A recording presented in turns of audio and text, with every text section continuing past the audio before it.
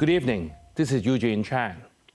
Today's episode of Straight Talk is my 200th show, and I would just like to thank all your viewers for your support. I have truly loved hearing from you. Your feedback is invaluable, and so please keep sharing your thoughts with us. This week, we have Professor Honorary Wong Kam Fai with us. Professor Wong has over 40 years of research and development experience in AI and is a pioneer in artificial intelligence research in Hong Kong. Currently, he is the Associate Dean of External Affairs at the Chinese University of Hong Kong, as well as Vice President of the Hong Kong Professional and Senior Executives Association. Professor Wong is also a member of the Hong Kong Legislative Council and the National Committee of CPPCC. He has received numerous awards, including 2022 Chin Wei Cheng Science and Technology Award and the 2024 St. Francis Prize. Professor Wong, welcome to Straight Talk again. Hi, good evening. The reason why we invite you today is we want to talk about a very popular subject. The title of the show tonight is Cracking the Code. What makes DeepSeek unique? So we're going to talk about DeepSeek. So maybe you can start by telling us what DeepSeek is and how is that different from other generative AI such as the ChatGPT? Oh, I think I better use it in a more layman term. Well, this kind of software, generative AI, is very useful in our daily lives. Say, for example, you can treat it as a smart personal assistant, for example, like your secretary. So imagine that every time, for example, you have to write a speech, you will ask your secretary to do it for you. But now your personal assistant is even smarter. Well, it can actually write program for you. Right. It can actually write the PPT for your presentation and many more. And that's why it's called generative. I mean, the conventional artificial intelligence is mostly on decision making, but now the generative AI systems can actually help you to generate, be it your speech, be it a program. So this is why that generative AI is so welcomed by the public, and it all actually started in the year 2022. So where ChatGPT came in, and everybody was actually so pleased about it with these sort of services. But the ChatGPT was actually produced by OpenAI. But they have a way of doing it. The way that they do it is that the bigger the better. So if I want to have a more capable ChatGPT system, they said that you need to have a more stronger or higher computational power, and therefore you have to invest more in hardware. Right. Okay. And what makes DeepSeek so exciting, which came in right at the beginning of the year, because it's actually something generated by a bunch of kids. Really? Yes. Oh. So, with about 5 to 8 years experience, just college graduates, and then they are actually graduated in China. These are Chinese students, and what they did was they solved the same problem as like ChatGPT, but with a cheaper price. Right. So you're saying that the unique part of this DeepSeek compared to the ChatGPT that you said came in 2022 is cheaper. And anything else that make it more unique? Well, it is cheaper with comparable performance, as well as it is open source. I mean, the open source part is very important because that makes this particular system universally applicable to everyone. We'll talk. I hope that we can talk about that later in the Paris AI Summit. There, for example, there is one attribute that in this so-called agreement tries to promote is inclusion. Right. Inclusion means that, I'm poor. Does it mean that I cannot use this sort of brilliant software? Right. I mean, when you think about in previously, when the software itself is so expensive, then these underprivileged people or even the poor people may be deprived from using it. Okay, before you move on, you mentioned the term open source. I'm sure the viewers would like to know, we hear this all the time. What is meant by the word open source? Well, firstly, open is the idea of open, to promote open innovation. Right. The idea of open innovation means that, research, creativity, innovation is built on top of each other like Legos. So if I do not open my idea or open my creation or invention, then nobody can actually build anything on top of it. I see. So let's say, for example, the Nobel Prize winner in 2009 in physics, our Professor Charles Kao, what he did was his research invented the basics of fiber optics. And then without fiber optics, we would not have internet. And without internet, we would not have our social media now. And without social media, we could not have our digital economy. So that's why Charles Kao was very unselfish and opened that creation, opened that patent up, opened that intellectual property up, so that we can incrementally build on top of it for something good for humanity. Right, Professor, when he says it's not open source for ChatGPT, is it the reason why somebody said to me in Hong Kong we can't get access to ChatGPT? At some point, because of the conflict between America and China, I see. Some of this advanced technology, and including advanced AI technology, were not allowed to export to China, including Hong Kong. Right, Kevin, I also read that in DeepSeek. Will you say that is more beneficial to the Chinese-speaking community? Because I read much of the success is due to the incorporation of Chinese characters during its pre-training phase.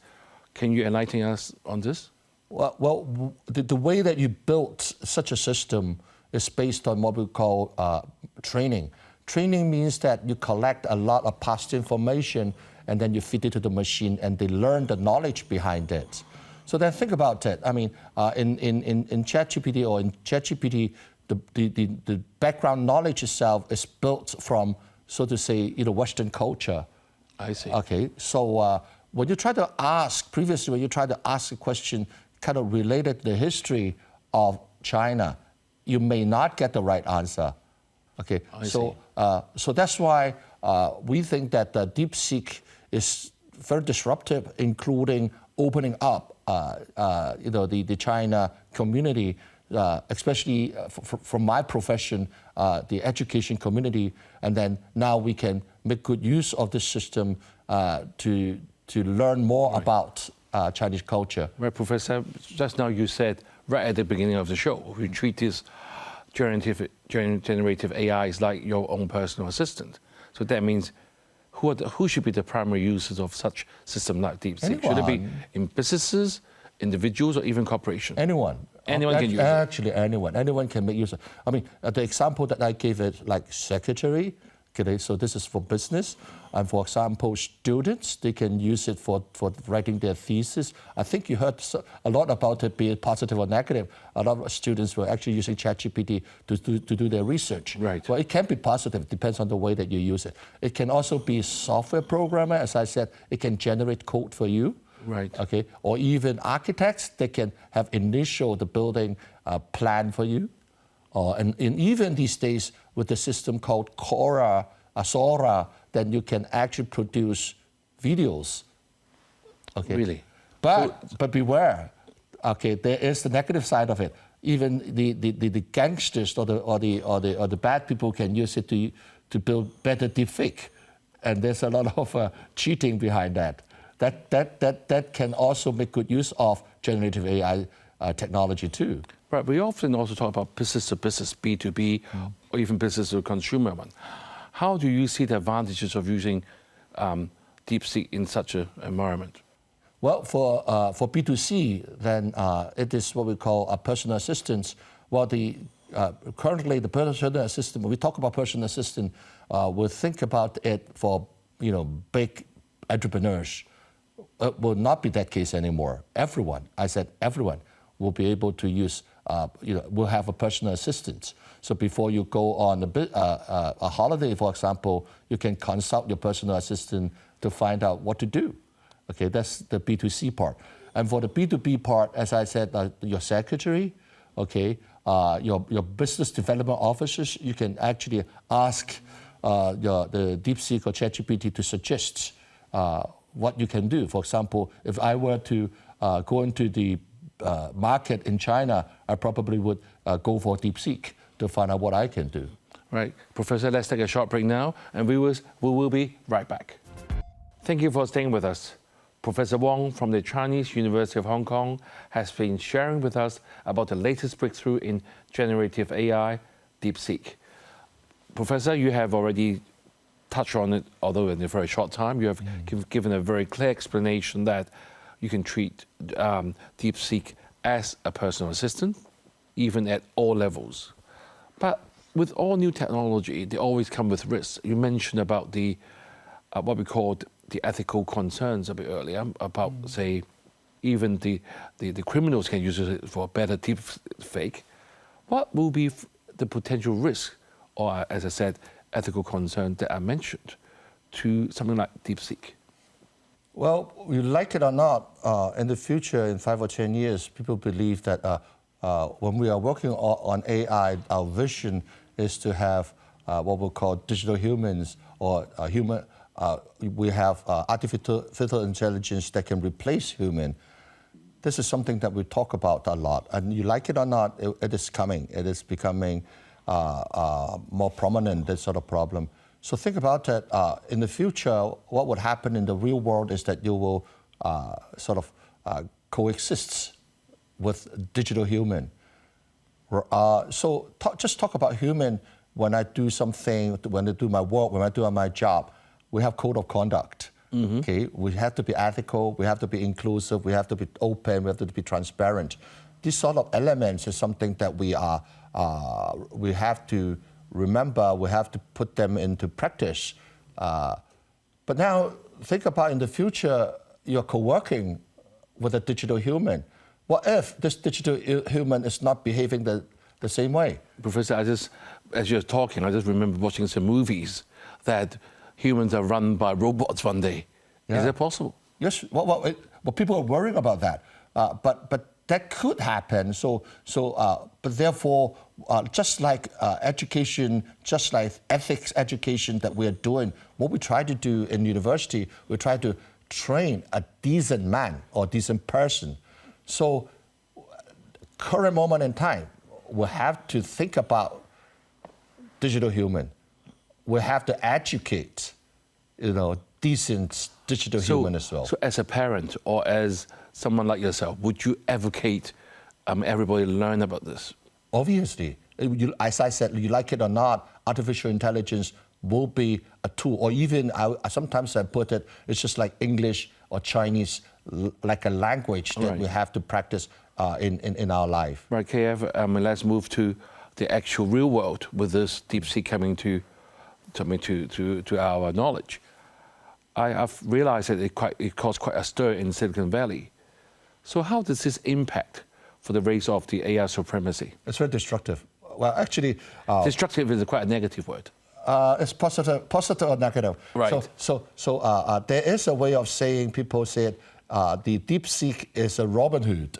Right. Okay. What happened was in the OpenAI time, in America, they tried to set that the bigger the merrier. So if you want a bigger system, a more powerful AI system, you need more computation power. You need to buy machines. So therefore, you can see that in Wall Street, in the market, actually a lot of money actually pour into the AI community, the AI economy. But when you really actually look at it at this point in time, many, including OpenAI, these companies are not making money. They're still burning money. But now DeepSeek come in and they said that I can do the same job as you, only with 5% of your investment. So, the investors is actually jumping up and down, thinking that whether I should still invest in OpenAI or not. And then you can see that there are some people are thinking seriously about moving somewhere else. So what happened, say, from a place like Wall Street?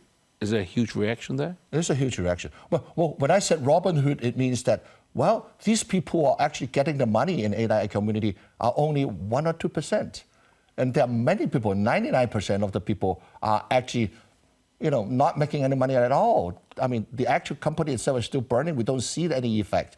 But these people who are actually speculating with this or publicizing this AI investment are making a lot of money. And they should not. People think that they should do something proper, probably productive. But they are just doing, investment making, it's a money game. That's all. So obviously the investors have huge concern. So we've also heard of reports that some U.S. companies are banning the use of AI tools.